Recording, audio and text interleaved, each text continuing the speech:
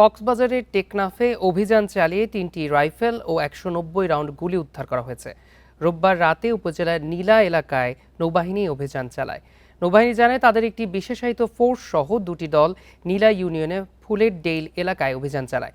এ সময় ওয়ারেন্টভুক্ত আসামি ভুট্টু সাইফুলের সহযোগী দেলোয়ার হোসেনের বাড়িতে তল্লাশি চালানো হয়। সেখান থেকে দুইটি G3 রাইফেল, একটি MA1 রাইফেল, 8টি ম্যাগাজিন ও ২৮,০০০ ইয়াবা উদ্ধার করা হয়। উদ্ধারকৃত অস্ত্র মাদক টেকনাফ থানায় হস্তান্তর করা হয়েছে।